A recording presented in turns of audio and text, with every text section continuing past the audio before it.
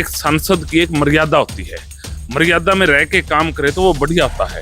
अगर वो मर्यादा से बाहर निकल के बात करे ना, फिर वो सहन नहीं होती, उनको जवाब भी देना पड़ता है। जयप्रकाश जी अपनी मर्यादा खो बैठते हैं बोलने में, अपने से बड़े कद के हों या छोटे हों, बोलने में वाहियत बात करते हैं तो उनको वाहियत भाषा में हम जवाब दे देते हैं। ऐसा हुआ क्या था? अभी एक टाइम पे राजेश संदलाना और जयप्रकाश जेपी इकट्ठे पार्टनर थे, क्यों लड़ाई हुई? बात आई थी, जयप्रकाश ने किसी के आगे कहा था मैं राजेश को जेल में डालूंगा, इसलिए मैंने वो जवाब देना पड़ा।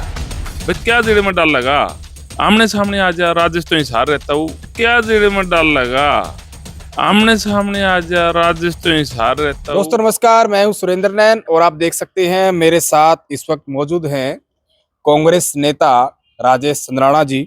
और जिस तरीके से हम बात करें विधानसभा चुनाव को लेकर, जो बयानबाजी, जो आरोप प्रत्यारोप लगातार कांग्रेस के बीच चल रहे हैं, जिस तरीके से हम कहें कांग्रेस में जो घमासान जो मचा हुआ है, रायता जो कांग्रेस जो है समेट नहीं पाई विधानसभा चुनाव को लेकर, उससे आगे जो नगर निकाय के जो चुनाव होने हैं उसको लेकर कांग्रेस ने एक लिस्ट जारी की है। हालांकि कांग्रेस कई सालों से अपना संगठन नहीं बना पाई, लेकिन कांग्रेस की तरफ से प्रयास किया गया है कि जो निकाय के जो चुनाव होने हैं आखिर किस तरीके से इनको बेहतर तरीके से लड़ा जाए।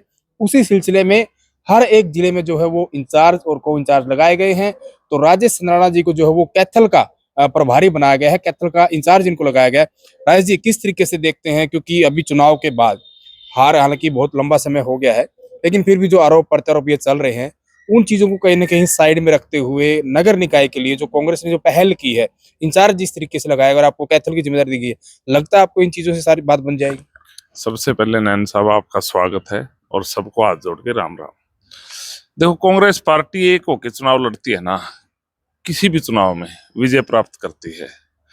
और मैं सबसे पहले तो मेरे नेता रणदीप सिंह सुरजेवाला जी का और कांग्रेस हाईकमान का धन्यवाद करता हूं मेरे को कैथल प्रभारी लगाने पर।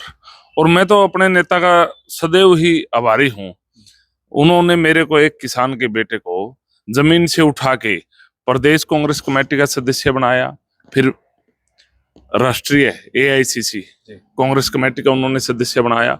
कई बार बाहर स्टेटों में मेरे को प्रभारी, जिला प्रभारी की ड्यूटी जिम्मेवारी दी और मैं सभी जिम्मेवारियों पर खरा उतरता हूं, तो मेरे पे उनका विश्वास है और वो इसलिए मेरे को जिम्मेवारी देते हैं। मैं उनका सदा आभारी रहता हूं। जो आज उनका राजनीति में जो मेरा कद है वो रणदीप सिंह सुरजेवाला जी का बनाया हुआ है और इसीलिए मेरे को कैथल की जिम्मेवारी दी है। कैथल में कैथल शहर हो गया, किलायत हो गया, पुंडरी हो गए, काफी जहाँ चुनाव है और हमारे को वहाँ की जिम्मेवारी, हम वहाँ पूरी निष्ठा और मेहनत से काम करेंगे। आपके माध्यम से मैं एक बार फिर से रणदीप सिंह सुरजेवाला जी का और कांग्रेस हाईकमान का धन्यवाद करता हूँ। ठीक है, आप कहीं ना कहीं धन्यवाद अपने नेताओं का कर रहे हैं और ये बात ठीक है, आप AICC के मेंबर है और लगातार अलग अलग स्टेटों में जो है जब जब चुनाव आते हैं तो आपकी जिम्मेदारी ड्यूटियां लगाई जाती है। लेकिन कैथल जिले में स्पेसिफिक आपको लगाना, क्योंकि कहीं ना कहीं जो हिसार और कैथल से जुड़े लोग हैं, नहीं हिसार हम बात करें, कुरुक्षेत्र की हम बात करें लोकसभा की, हिसार कुरुक्षेत्र लोकसभा की, रणदीप सिंह सुरजेवाला वर्सेस जयप्रकाश जेपी। और अब तो हिसार में भी यही हो रखा था। कुछ दिन पहले आपने प्रेस कॉन्फ्रेंस तक कर दी और खुली चुनौती तक दे दी जयप्रकाश जेपी को कि थाने चौकी की बात क्या करनी है, मेरे घर पे आए, मेरे से मिले, बात करे। मतलब खुली खुली चेतावनी आप दे रहे हैं, आपकी ही पार्टी के मौजूदा सांसद को आप ये बातें कर रहे हैं और उसी के गृह क्षेत्र में आपको इंचार्ज लगा दिया जाता है। देखो, ऐसा है नैन साहब, विधानसभा चुनाव के बाद मेरी, आपने देखा होगा, कभी कोई कंट्रोवर्सी नहीं मिली। मैं, मेरे ऊपर कोई उंगली उठाता है फिर मैं चुप नहीं रहता। मैं बड़ा स्वाभिमानी आदमी हूँ और मैं खुले मन से और खुले दिल से बात करता हूँ। जो भी करता हूँ स्पष्ट करता हूँ, चाहे आमने सामने बैठ के कर लो। कहीं से बात आई थी, जयप्रकाश ने किसी के आगे कहा था मैं राजेश को जेल में डालूंगा, इसलिए मैंने वो जवाब देना पड़ा। भाई क्या जेल में डाल लगा, आमने सामने आ जा, राजेश तो हिसार रहता हूँ। उस बात पे आपने उस इंटरव्यू को सुना था। मैं आपके माध्यम से फिर भी कहता हूँ, आमने सामने बैठ के बात कर ले, को बात हो। और हमारा 2015 से मामला था और हमारा लटक भी गया, सुलझ भी गया, ऐसा रहा। आज 10 साल हो गए, आज तक तो कुछ हुआ नहीं, आगे क्या करेगा। इस प्रदेश और देश में चाहे छोटे कद का या किसान का बेटा हो या राजनीतिक हो, सब अपना अपना सम्मान रखते हैं। कोई भी अपना सम्मान खोना नहीं चाहता। मेरी ड्यूटी रणदीप सिंह सुरजेवाला जी ने कैथल में लगाई है, तो उनका विश्वास है भाई कैथल जिले में प्रभारी के तौर पर काम करेंगे और कांग्रेस को मजबूत करने का काम करेंगे।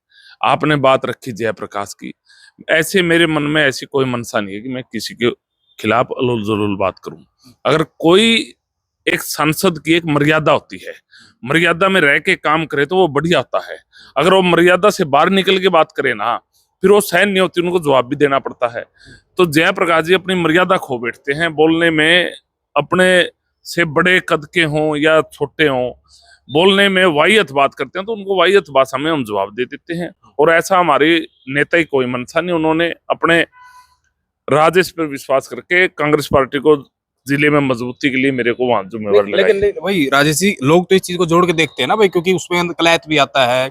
कलैत से उनके बेटे जो है वो वहां से विधायक है, और कैथल की बात करें जिला, वहां से रणदीप सुरजेवाला के बेटे वो विधायक है। तो कहीं ना कहीं जिस तरीके से यार, एक तरीके से आप तो जेपी के एंटी हो गए ना भाई। जेपी के एंटी आदमी को आपकी जिम्मेदारी तो कहीं और भी लगाई जा सकती थी, लेकिन कैथल ही लगाना। और जो आप पीसी की जो बात कर रहे, प्रेस कॉन्फ्रेंस जो आपने की, जवाब दिया आखिर, मतलब क्योंकि लोग भी जानना चाहते हैं। आपने आरोप लगाए कि इतने पैसे देने हैं, पंचायत का आपने जिक्र किया, इतने गांवों की पंचायत गई थी।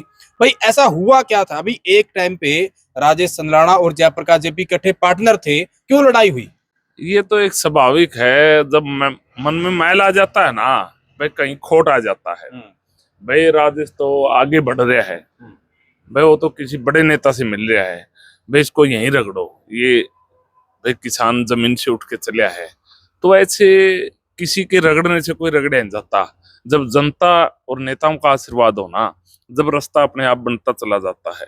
और बात रही आपने कहा भाई जयप्रकाश उसका बेटा, मैं ना तो जयप्रकाश से मेरी कोई भी सीधी को रंजिश पर्सनल दुश्मनी है, राजनीतिक लड़ाई है या कोई बिजनेस की बात है, वो है हमारी को आपस में खून खराबे नहीं हो रहे हैं। वो कांग्रेस में है सांसद, उसका बेटा कांग्रेस में है एमएलए। हम कांग्रेस को मजबूत करने का काम करेंगे। कैथल और किलायत हर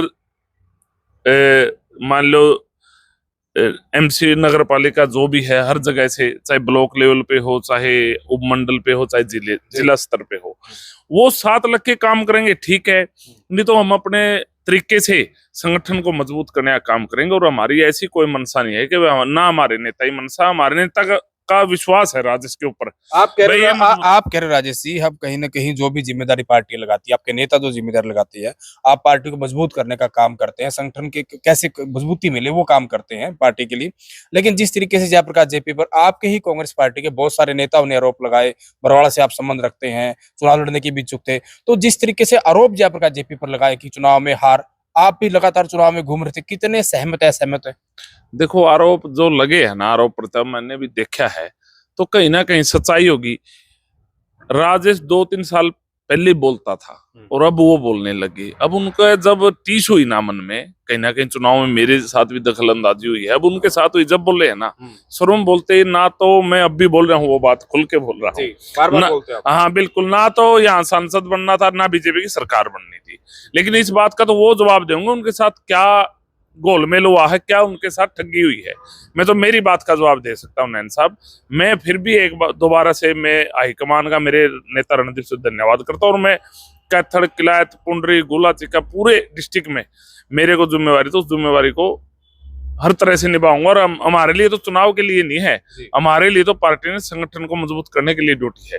चुनाव के लिए अलग कमेटी, हमारी संगठन के हिसाब से एआईसीसी की तरफ से ड्यूटी है। ठीक है, बहुत बहुत शुक्रिया राजेश संदलाना जी। तो ये थे कांग्रेस नेता राजेश संदलाना, और जिस तरीके से प्रभारियों की जो सूची जारी की गई है और एक संगठन को कैसे मजबूती मिले, और जयप्रकाश जेपी वर्सेस राजेश संदलाना जो चल रहा था। हालांकि जयप्रकाश जेपी वर्सेस बहुत सारे नेता हैं, रामनिवास गुड़ेला है, प्रोफेसर संपत सिंह है, रामनिवास राणा, ऐसे बहुत सारे नेता हैं जिन्होंने अलग अलग प्लेटफॉर्मों पर जो है अपनी बात रखी, आरोप लगाए हैं। और जिस तरीके से राजेश संदलाना का जो कहना है कि हम फिर से मजबूती से जो आने वाले चुनाव हैं उनमें कहीं ना कहीं कांग्रेस जीत हासिल करेगी। आखिर आपको लगता है कि जिस तरीके से कांग्रेस में गुटबाजी सड़कों पर जिस तरीके से आ गई है, क्या आपको लगता है कि कांग्रेस का आने वाले समय में क्या कोई वो चुनाव जीत पाएगी? क्या कांग्रेस मजबूत हो सकती है? और आखिर क्या लग रहा है आपको, बिना संगठन के चुनाव लड़ना अपने आप में एक बहुत बड़ी बात होती है, नुकसान पार्टी इसका बहुत बार पहले के चुनाव में भी उठा पाई है। आपकी क्या राय है? खुलकर कमेंट करें और वीडियो को दबाकर शेयर करें।